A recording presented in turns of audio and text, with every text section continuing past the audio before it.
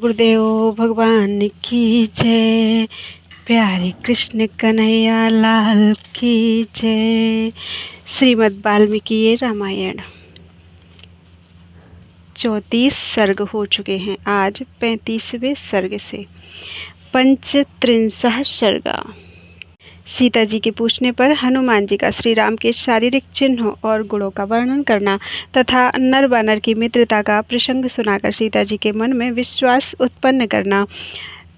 ताम तु राम कथां श्रुत्वा वैदेही वानरर्षभात् उवाच वचनं सान्त्वमिदं मधुरया गिरा। वानर श्रेष्ठ हनुमान जी के मुख से श्री रामचंद्र जी की चर्चा सुनकर विदेही राजकुमारी सीता शांतिपूर्वक मधुर वाणी में बोली, क्वते रामेण संसर्गः कथं जानासि लक्ष्मणं वानराणां नराणां च कथमासीत समागमः। कपिवर, तुम्हारा श्री रामचंद्र जी के साथ संबंध कहाँ हुआ? तुम लक्ष्मण को कैसे जानते हो? मनुष्यों और वानरों का यह मेल किस प्रकार संभव हुआ? यानि रामस्य चिह्नानि लक्ष्मणस्य च वानर तानि भूयः समाचक्षु न मां शोकः समाविशेत। वानर, श्री राम और लक्ष्मण के जो चिन्ह हैं उनका फिर से वर्णन करो, जिससे मेरे मन में किसी प्रकार के शोक का समावेश ना हो। कीदृशं तस्य संस्थानं रूपं तस्य च कीदृशं कथमूरु कथं बाहु लक्ष्मणस्य च संस्मे।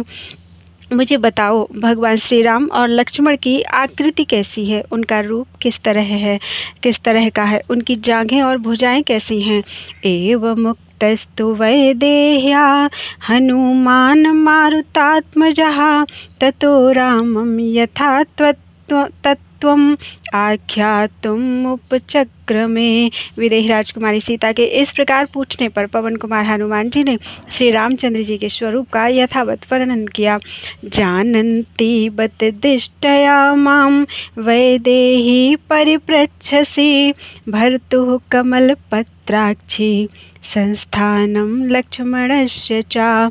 कमल के समान सुंदर नेत्रों वाली विदेही राजकुमारी, आप अपने पतिदेव श्री राम के तथा देवर लक्ष्मण जी के शरीर के विषय में जानती हुई भी जो मुझसे पूछ रही हैं, यह मेरे लिए बड़े सौभाग्य की बात है। यानि रामस्य चिह्नानि लक्ष्मणस्य च यानि वै लक्षितानि विशालाक्षी वदतः शृणुतानि मे। विशाल लोचने, श्री राम और लक्ष्मण के जिन जिन चिन्हों को मैंने लक्ष्य किया है उन्हें बताता हूँ, मुझसे सुनिए। रामः कमलपत्राक्षः पूर्णचन्द्रनिभाननः रूपदाक्षिण्यसम्पन्नः प्रसूतो जनकात्मजे। जनक नंदिनी, श्री रामचंद्र जी के नेत्र प्रफुल्ल कमल दल के समान विशाल एवं सुंदर हैं। मुख पूर्णिमा के चंद्रमा के समान मनोहर है। वे जन्मकाल से ही रूप और उदारता आदि के गुणों से संपन्न हैं।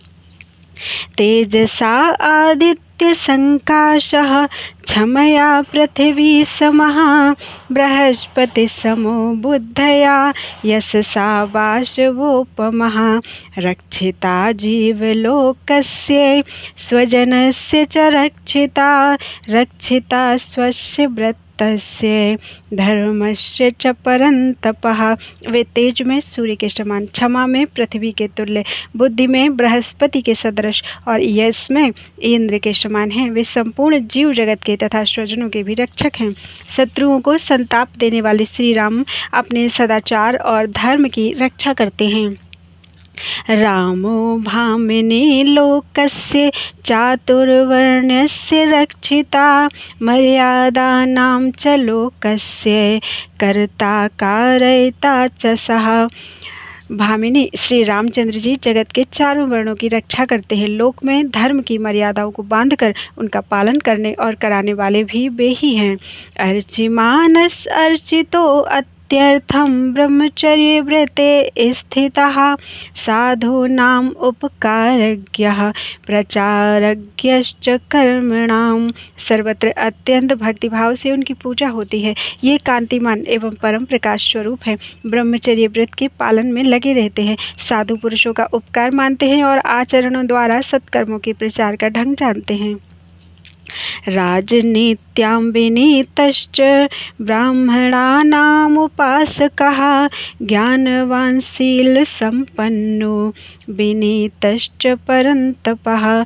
वे राजनीति में पूर्ण शिक्षित, ब्राह्मणों के उपासक, ज्ञानवान, शीलवान, विनम्र तथा शत्रुओं को संताप देने में समर्थ हैं। यजुर्वेद विनीतश्च वेदविद्भिः सुपूजितः धनुर्वेदे च वेदे च वेदांगेषु च निष्ठितः। उन्हें यजुर्वेद की भी अच्छी शिक्षा मिली है। वेद वेदता विद्वानों ने उनका बड़ा सम्मान किया है। वे चारों वेद, धनुर्वेद और छहों वेदांगों के भी परिनिष्ठित विद्वान हैं। विपुलांशो महाबाहुः कम्बुग्रीवः शुभाननः गूढ़जत्रुः सुताम्राक्षो रामो नाम जनैः श्रुतः। उनके कंधे मोटे, भुजाएं बड़ी बड़ी, गला शंख के समान और मुख सुंदर है। गले की हंसली मांस से ढकी हुई है तथा नेत्रों में कुछ कुछ लालिमा है। वे लोगों में श्री राम के नाम से प्रसिद्ध हैं। दुन्दुभिस्वन निर्घोषः स्निग्धवर्णः प्रतापवान् समश्च सुविभक्तांगो वर्णम श्यामम समाश्रितः। उनका स्वर दुन्दुभि के समान गंभीर और शरीर का रंग सुंदर एवं चिकना है। उनका प्रताप बहुत बढ़ा चढ़ा है। उनके सभी अंग सुडौल और बराबर हैं। उनकी कांति श्याम है। त्रिस्थिर स्त्रीप्रलम्बश्च त्रिशमस्त्रिषु चोन्नतः त्रिताम्र स्त्रिषु च स्निग्धो गंभीर स्त्रिषु नित्यशः। उनके 3 अंग बक्ष स्थल, कलाई और मुट्ठी स्थिर अर्थात सुदृढ़ हैं। भौहें, भुजाएं और मेढ़ ये 3 अंग लंबे हैं। केशों का अग्रभाग, अंडकोश और घुटने ये 3 समान बराबर हैं। वक्षस्थल, नाभि के किनारे का भाग और उदर ये 3 उभरे हुए हैं। नेत्रों के कोने, नख और हाथ पैर के तलवे ये 3 लाल हैं। शेषन का अग्रभाग, दोनों पैरों की रेखाएं और सिर के बाल ये 3 चिकने हैं तथा स्वर, चाल और नाभि ये 3 गंभीर हैं। त्रिबली मास्त्रैवनतश्चतुर्व्यंग चतुर्व्यंगः त्रिशीर्षवान् चतुष्कल चतुर्लेखश्च कुश्चतुः समः। चतुष्कलश्च चतुर्लेखश्च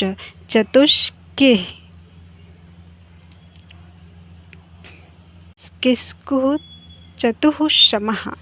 उनके उदर तथा गले में 3 रेखाएं हैं। तलवों के मध्य भाग, पैरों की रेखाएं और स्तनों के अग्रभाग ये 3 धंसे हुए हैं। गला, पीठ तथा दोनों पिंडलियां ये 4 अंग छोटे हैं। मस्तक में 3 भंवरे हैं। पैरों के अंगूठे के नीचे तथा ललाट में 4-4 रेखाएं हैं। वे 4 हाथ ऊंचे हैं। उनके कपोल, भुजाएं, जांघें और घुटने ये 4 अंग बराबर हैं। ये श्लोक हमसे अच्छे से नहीं बना है, इसके लिए सॉरी। चतुर्दशमद्वन्द्वः चतुस्द्रष्ट चतुर्गतिः महोष्ठहनुनाशश्च पंच स्निग्धो अष्टवंशवान। शरीर में जो 2-2 की संख्या में 14 अंग होते हैं, वे भी उनके परस्पर सम हैं। उनकी चारों कोनों की चारों दाढ़ें शास्त्रीय लक्षणों से युक्त हैं। वे सिंह, बाघ, हाथी और सांड इन 4 के समान 4 प्रकार की गति से चलते हैं। उनके होठ, ठोड़ी और नासिका सभी प्रशस्त हैं। केश, नेत्र, दांत, त्वचा और पैर के तलवे इन 5 अंगों में स्निग्धता भरी है। दोनों भुजाएं, दोनों जांघें, दोनों पिंडलियां, हाथ और पैरों की अंगुलियां ये 8 अंग उत्तम लक्षणों से संपन्न हैं। 10 पद्मो 10 बृहत्त्रिभिः व्याप्तो द्विशुक्लवान् षडुन्नतो नवतनुस्त्रिभिः पर्याप्नोति राघवः। उनके नेत्र, मुख विवर, मुखमंडल, जिह्वा, ओठ, तालु, स्तन, नख, हाथ और पैर, ये 10 अंग कमल के समान हैं। छाती, मस्तक, ललाट, गला, भुजाएं, कंधे, नाभि, चरण, पीठ और कान, ये 10 अंग विशाल हैं। वे श्री, यश और प्रताप इन तीनों से व्याप्त हैं। उनके मातृकुल और पितृकुल दोनों अत्यंत शुद्ध हैं। पार्श्वभाग, उदर, वक्षस्थल, नासिका, कंधे और ललाट, ये 6 अंग ऊंचे हैं। केश, नख, लोम, त्वचा, अंगुलियों के पोर, शिश्न, बुद्धि और दृष्टि, ये 9 सूक्ष्म हैं तथा वे श्री रघुनाथ जी पूर्वाह्न, मध्याह्न और अपराह्न इन 3 कालों द्वारा क्रमशः धर्म, अर्थ और काम का अनुष्ठान करते हैं।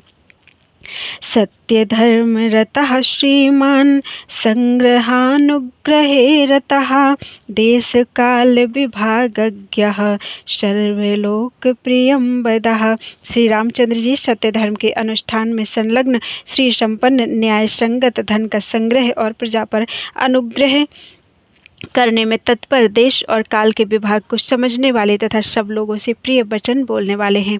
भ्राता चास्य च वै मात्रः सौमित्रिरमित प्रभः अनुरागेण रूपेण गुणैश्चापि तथा विधः। उनके सौतेले भाई सुमित्रा कुमार लक्ष्मण भी बड़े तेजस्वी हैं। अनुराग, रूप और सद्गुणों की दृष्टि से भी वे श्री रामचंद्र जी के ही समान हैं।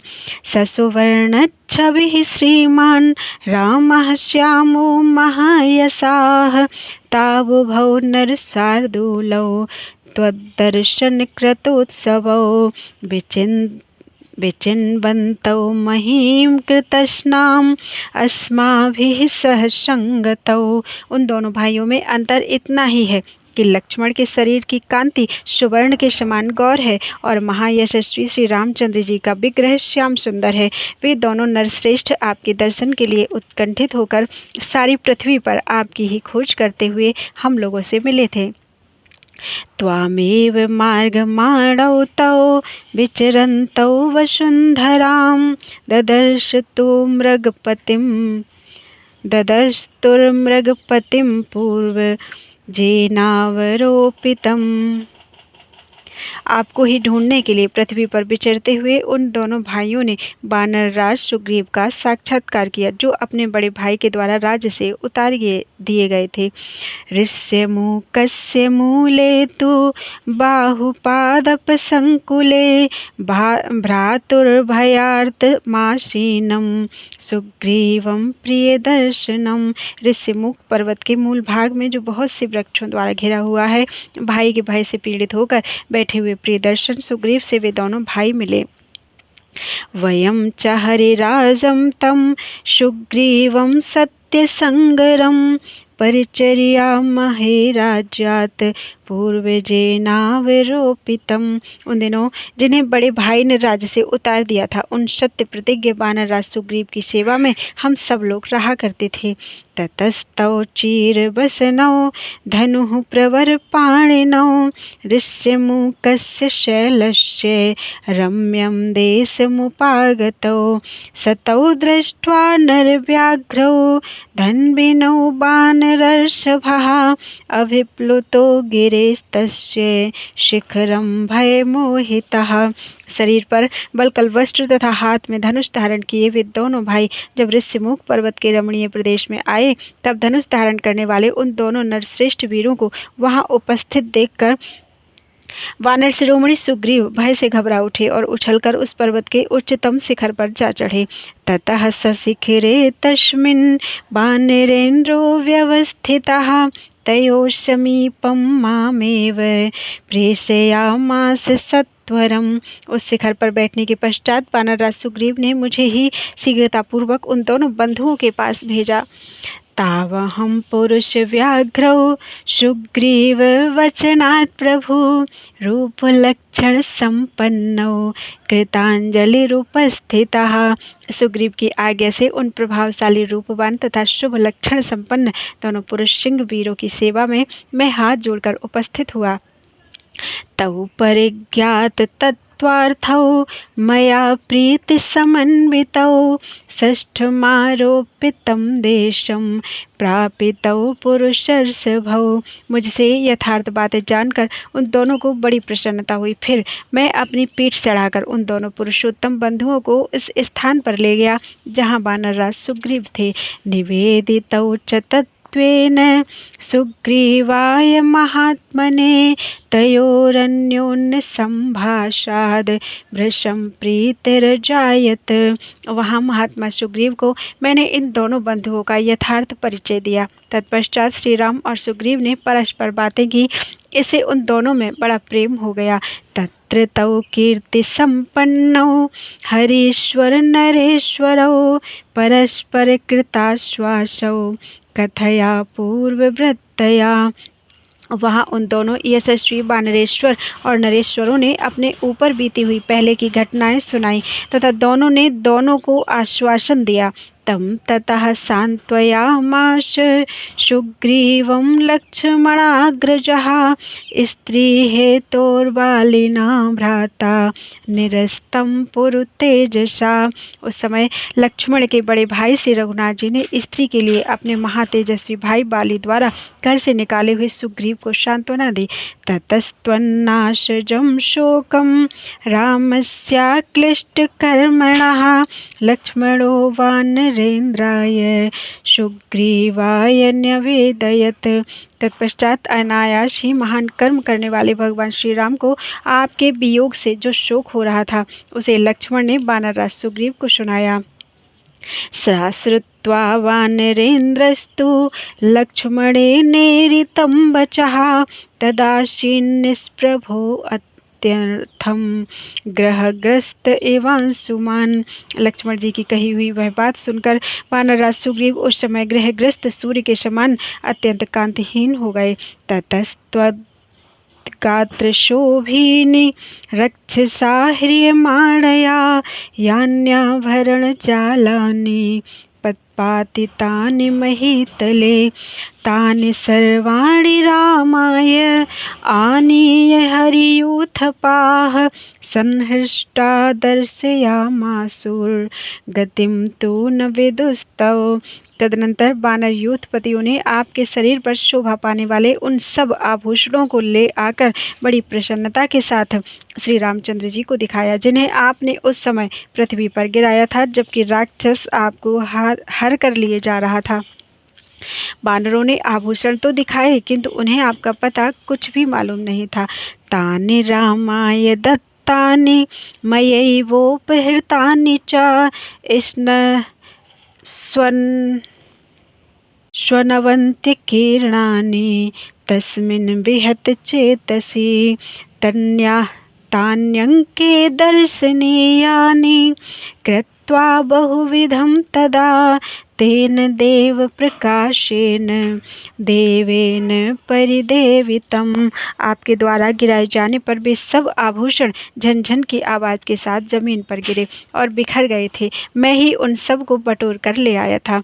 उस दिन जब वे गहने श्री रामचंद्र जी को दिए गए उस समय वे उन्हें अपनी गोद में लेकर अचेत से हो गए थे। उन दर्शनीय आभूषणों को छाती से लगाकर देवतुल्य अभाव वाले भगवान श्री राम ने बहुत विलाप किया। देवतुल्य आभा वाले भगवान श्री राम ने बहुत विलाप किया। पश्यतस्तानि रुदतस्तां तश्च पुनः पुनः पश्यतस्तानि रुदतः ताम्यतश्च पुनः पुनः प्रादीपयद दासरथेस् तदा शोकहुताशनं शायितं च चिरं तेन दुःखार्तेन महात्मना मयापि विविधैर्वाक्यैः कृच्छ्रादुत्थापितः पुनः। उन आभूषणों को बारंबार देखते रोते और तिल मिला उठते थे। उस समय दशरथ नंदन श्री राम की शोकाग्नि प्रज्वलित हो उठी। उस दुख से आतुर होकर वे महात्मा रघुवीर बहुत देर तक मूर्छित अवस्था में पड़े रहे। तब मैंने नाना प्रकार के सांत्वनापूर्ण वचन कहकर बड़ी कठिनाई से उन्हें उठाया।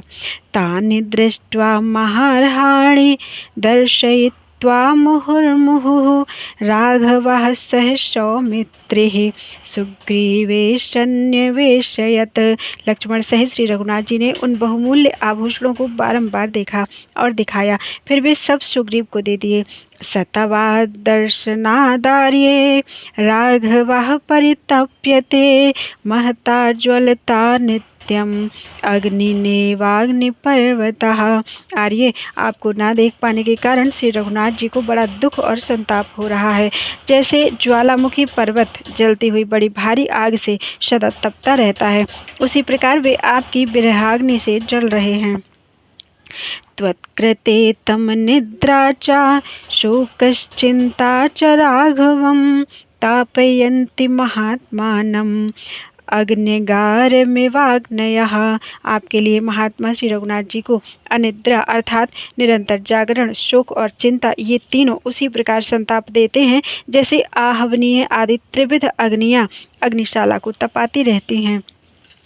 तवा दर्शन शोकेन राघवः परिचाल्यते महता भूमिकंपेन महानिवशिलोच्चयः। देवी, आपको न देख पाने का शोक श्री रघुनाथ जी को उसी प्रकार विचलित कर देता है जैसे भारी भूकंप से महान पर्वत भी हिल जाता है। काननानि सुरम्याणि नदी प्रश्नवणानि च चरण नरतिमाप्नोति त्वाम पश्यन् नृपात्मजे। राजकुमारी, आपको न देखने के कारण रमणीय काननों, नदियों और झरनों के पास विचरने पर भी श्री राम को सुख नहीं मिलता। सत्वां मनुज शार्दूलः क्षिप्रं प्राप्स्यति राघवः समित्र बांधवं हत्वा रावणं जनकात्मजे। जनक नंदिनी, पुरुष सिंह भगवान श्री राम रावण को उसके मित्र और बंधु बांधवों सहित मारकर शीघ्र ही आपसे मिलेंगे। सहितौ राम सुग्रीवा बुभाव कुरुतां तदा समयं बालिनं हन्तुं तौ चान्वेषणं प्रति। उन दिनों श्री राम और सुग्रीव जब मित्र भाव से मिले तब दोनों ने एक दूसरे की सहायता के लिए प्रतिज्ञा की। श्री राम ने बाली को मारने का और सुग्रीव ने आपकी खोज कराने का वचन दिया। ततस्ताभ्यां कुमाराभ्यां वीराभ्यां सहरीश्वरः किष्किन्धां समुपागम्य बाली युद्धे निपातितः। इसके बाद उन दोनों वीर राजकुमारों ने किष्किंधा में जाकर वानरराज बाली को युद्ध में मार गिराया। ततो निहत्य तरसा रामो बालिन माहवे सर्वक्ष हरि संघानां सुग्रीवं करोत् पतिम। युद्ध में वेगपूर्वक बाली को मारकर श्री राम ने सुग्रीव को समस्त भालुओं और वानरों का राजा बना दिया। राम सुग्रीवयोरैक्यं देव्येवं समजायत हनुमन्तं च मां विद्धि तयोर्दूतम उपागतम। देवी, श्री राम और सुग्रीव में इस प्रकार मित्रता हुई है, मैं उन दोनों का दूत बनकर यहाँ आया हूँ, आप मुझे हनुमान समझें। स्वं राज्यं प्राप्य सुग्रीवः स्वनानीय महाकपीन् त्वदर्थं प्रेषयामास दिशो दश महाबलान। अपना राज्य पाने के अनंतर सुग्रीव ने अपने आश्रय में रहने वाले बड़े बड़े बलवान वानरों को बुलाया और उन्हें आपकी खोज के लिए 10 दिशाओं में भेजा। आदिष्टा वानरेन्द्रेण सुग्रीवेण महौजसः अद्रिराज प्रतीकाशाह सर्वतः प्रस्थिता महिम। वानरराज सुग्रीव की आज्ञा पाकर गिरिराज के समान विशालकाय महाबली वानर पृथ्वी पर सब ओर चल दिए। ततस्ते मार्गमाणा वै सुग्रीव वचन आतुराः चरन्ति वसुधां कृतस्नां वयमन्ये च वानराः। सुग्रीव की आज्ञा से भयभीत होकर हम तथा अन्य वानर आपकी खोज करते हुए समस्त भूमंडल में विचर रहे हैं।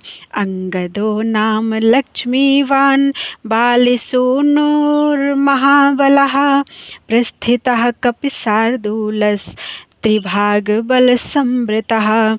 बाली के शोभाशाली पुत्र महाबली कपिश्रेष्ठ अंगद वानरों की 1/3 सेना लेकर आपकी खोज में निकले थे। उन्हीं के दल में मैं भी था। तेषां नो विप्रण अष्टानाम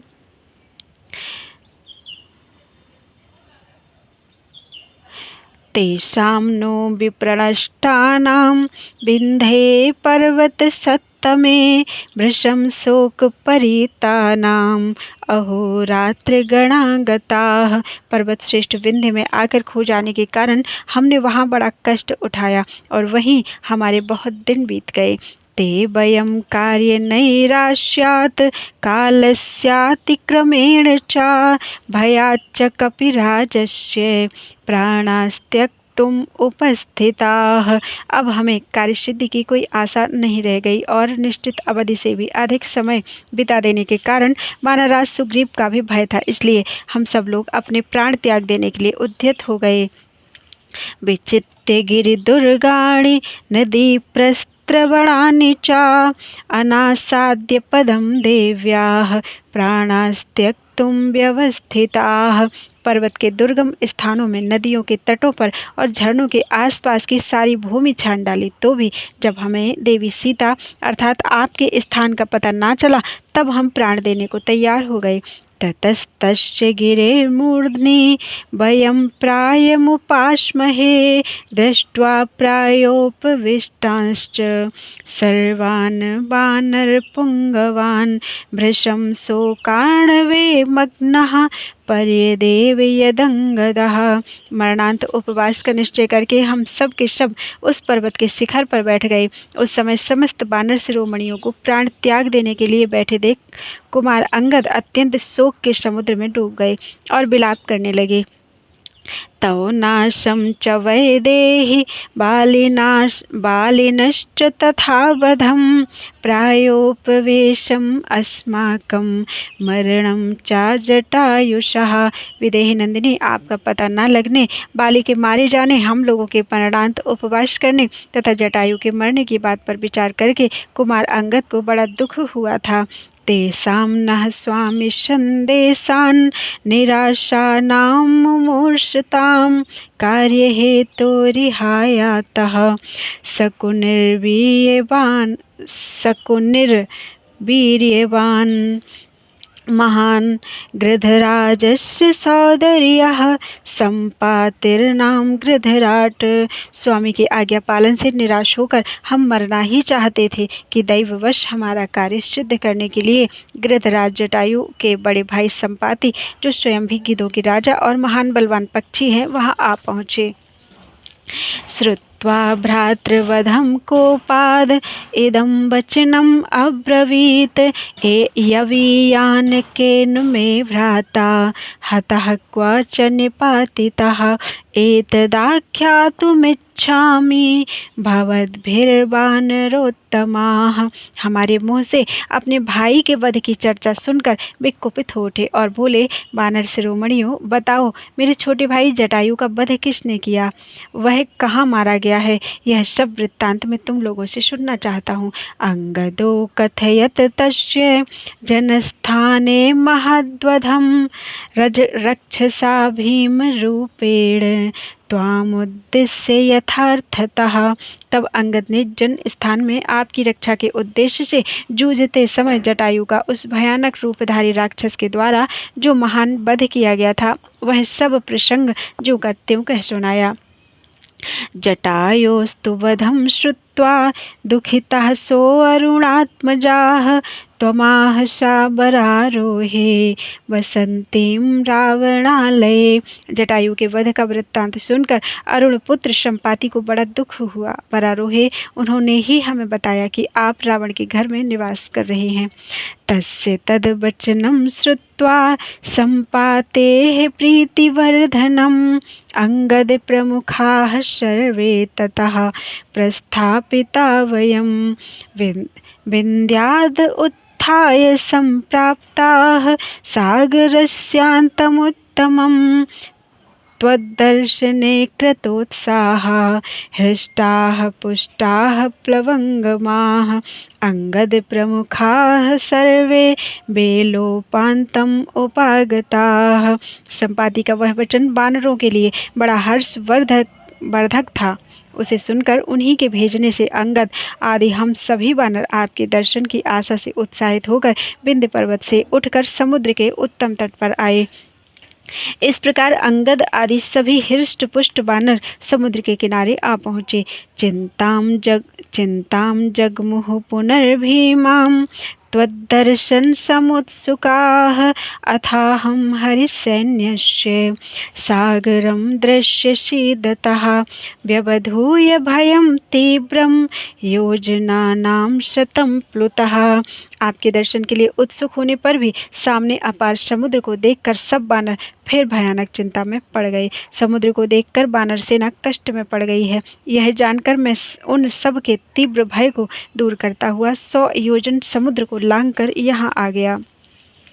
लंका चापि मया रात्रौ प्रविष्टा राक्षसाकुला रावणश्च मया दृष्टः त्वं च शोक निपीडिता। राक्षसों से भरी हुई लंका में मैंने रात में ही प्रवेश किया है। यहाँ आकर रावण को देखा है और शोक से पीड़ित हुई आपका भी दर्शन किया है।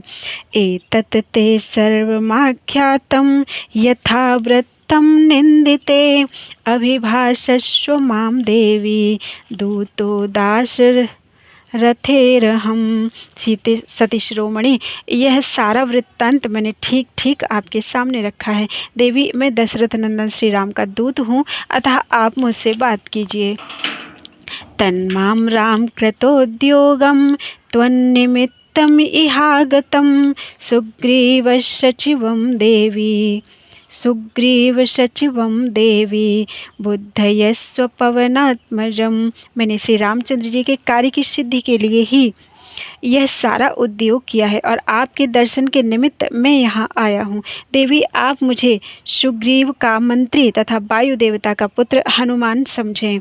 कुशली तव काकुत्सितः सर्वशस्त्रभृतांबरः गुरोराराधने युक्तो लक्ष्मणः शुभलक्षणः तस्य वीर्यवतो देवी भर्तुस्तौ हिते रतः। देवी, आपके पतिदेव समस्त शस्त्रधारियों में श्रेष्ठ ककुत्सित कुलभूषण श्री रामचंद्र जी सकुशल हैं तथा बड़े भाई की सेवा में संलग्न रहने वाले शुभ लक्षण लक्ष्मण भी प्रसन्न हैं। वे आपके उन पराक्रमी पतिदेव के हित साधन में ही तत्पर रहते हैं। अहमेकस्तु संप्राप्तः सुग्रीव वचनादिह मयेयं सहायेन चरता कामरूपिणा दक्षिणादिगनुक्रांता त्वन्मार्ग विचयसिणा। मैं सुग्रीव की आज्ञा से अकेला ही यहाँ आया हूँ। इच्छानुसार रूप धारण करने की शक्ति रखता हूँ। आपका पता लगाने की इच्छा से मैंने बिना किसी सहायक के अकेले ही घूम फिरकर इस दक्षिण दिशा का अनुसंधान किया है। दिष्टयाहं हरिसैन्यानां त्वन्नाशम अनुशोचताम् अपनेस्यामि संतापम त्वाधिगम शासनात्। आपके विनाश की संभावना से जो निरंतर शोक में डूबे रहते हैं, उन वानर सैनिकों को यह बताकर कि आप मिल गई, मैं उनका संताप दूर कर दूंगा। यह मेरे लिए बड़े हर्ष की बात होगी। दिष्टया हि नमं व्यर्थं सागरस्येह लंघनं प्राप्स्याम्य अहम इदं देवी त्वद्दर्शन कृतम यशः। देवी, मेरा समुद्र को लांघकर यहाँ तक आना व्यर्थ नहीं हुआ। सबसे पहले आपके दर्शन का यह यश मुझे ही मिलेगा, यह मेरे लिए सौभाग्य की बात है। राघवश्च महावीर्यः क्षिप्रं त्वामभिपत्स्यते सपुत्र बांधवं हत्वा रावणम राक्षसाधिपम। महापराक्रमी श्री रामचंद्र जी राक्षस राज रावण को उसके पुत्र और बंधु बांधवों सहित मारकर शीघ्र ही आपसे आ मिलेंगे। माल्यवान नाम वैदेही गिरीणामुत्तमो गिरिः ततो गच्छति गोकर्णम पर्वतम केसरी हरिः। स च देवर्षिभिः दिष्टः पिता मम महाकपिः तीर्थे नदीपतेः पुण्ये संवसादनमुद्धरन् यस्याहं हरिणः क्षेत्रे जातो वा तेन मैथिली हनुमानिति विख्यातो लोकेश्वेनैव कर्मणा। विदेही नंदिनी, पर्वतों में माल्यवान नाम से प्रसिद्ध एक उत्तम पर्वत है। वहाँ केसरी नामक वानर निवास करते थे। एक दिन वे वहाँ से गोकर्ण पर्वत पर गए। महाकपि केसरी मेरे पिता हैं। उन्होंने समुद्र के तट पर विद्यमान उस पवित्र गोकर्ण तीर्थ में देवर्षियों की आज्ञा से संवसादन नामक दैत्य का संहार किया था। मिथिलेश कुमारी, उन्हीं कपिराज केसरी की स्त्री के गर्भ से वायु देवता के द्वारा मेरा जन्म हुआ है। मैं लोक में अपने ही कर्म द्वारा हनुमान नाम से विख्यात हूँ। विश्वासार्थम तु वैदेही भर्तुरुक्ता मया गुणाः अचिरात् त्वामितो देवी राघवो नयिता ध्रुवम। विदेही नंदिनी, आपको विश्वास दिलाने के लिए मैंने आपके स्वामी के गुणों का वर्णन किया है। देवी, श्री रघुनाथ जी शीघ्र ही आपको यहाँ से ले चलेंगे, यह निश्चित बात है। एवं विश्वासिता सीता हेतुभिः शोककर्षिता उपपन्नैर्भिज्ञानैर्दूतं तम अधिगच्छति। इस प्रकार युक्त एवं विश्वसनीय कारणों तथा पहचान के रूप में बताए गए श्री राम और लक्ष्मण के शारीरिक चिन्हों द्वारा हनुमान जी ने शोक से दुर्बल हुई सीता को अपना विश्वास दिलाया। तब उन्होंने हनुमान जी को श्री राम का दूत समझा। अतुलं च गता हर्षं प्रहर्षेण तु जानकी नेत्राभ्यां वक्रपक्ष्माभ्यां मुमोचानंदजं जलम। उस समय जनक नंदिनी सीता को अनुपम हर्ष प्राप्त हुआ। उस महान हर्ष के कारण वे कुटिल बरौनियों वाले दोनों नेत्रों से आनंद के आंसू बहाने लगीं। चारु तद्वदनं तस्याः ताम्र शुक्लायते क्षणम् अशोभत विशालाक्षा राहु मुक्त एवोडुराट। उस अवसर पर विशाल लोचना सीता का मनोहर मुख, जो लाल सफ़ेद और बड़े बड़े नेत्रों से युक्त था, राहु के ग्रहण से मुक्त हुए चंद्रमा के समान शोभा पा रहा था। हनुमन्तं कपिं व्यक्तं मन्यते नान्यथेति सा अथोवाच हनुमास्ताम् उत्तरम प्रियदर्शनाम। अभी हनुमान को वास्तविक वानर मानने लगी। इसके विपरीत मायावय रूपधारी राक्षस नहीं। तदनंतर हनुमान जी ने प्रियदर्शना सीता से फिर कहा, एतत् ते सर्वमाख्यातं समाश्वसिहि मैथिली किं करोमि कथं वा ते रोचते प्रतियाम्यहम्। मिथिलेश कुमारी, इस प्रकार आपने जो कुछ पूछा था वह सब मैंने बता दिया। अब आप धैर्य धारण करें। बताइए, मैं आपकी कैसी और क्या सेवा करूं? इस समय आपकी रुचि क्या है? आज्ञा हो तो अब मैं लौट जाऊं। हते सुरे संयति संवसादने कपि प्रवीरेण महर्षि चोदनात् ततोस्मि पायु प्रभवो हि मैथिली प्रभावतः तत्प्रतिमश्च वानरः। महर्षियों की प्रेरणा से कपिवर केसरी द्वारा युद्ध में संवसादन नामक असुर के मारे जाने पर मैंने पवन देवता के द्वारा जन्म ग्रहण किया। अतः मैथिली, मैं उन वायु देवता के समान ही प्रभावशाली वानर हूँ। इत्यार्षे श्रीमद् रामायणे वाल्मीकिये आदि काव्ये सुंदरकांडे 35 सर्गः। इस प्रकार से वाल्मीकि निर्मित आर्ष रामायण आदि काव्य के सुंदरकांड में 35वां सर्ग पूरा हुआ। बोलो वृंदावन बिहारी लाल की जय। एक नम्र निवेदन, एक तो इसकी संस्कृत बहुत कठिन है, मुझे आती नहीं। दूसरी बात, बहुत पुरानी किताब है तो कुछ शब्द क्या बोलते हैं, मतलब मिल गए हैं एक दूसरे में, एकदम छुप गए हैं, तो पढ़ने में कभी कभी गलतियाँ हो जाती हैं। इसलिए विद्वान लोग क्षमा करें। राधे राधे कृष्ण।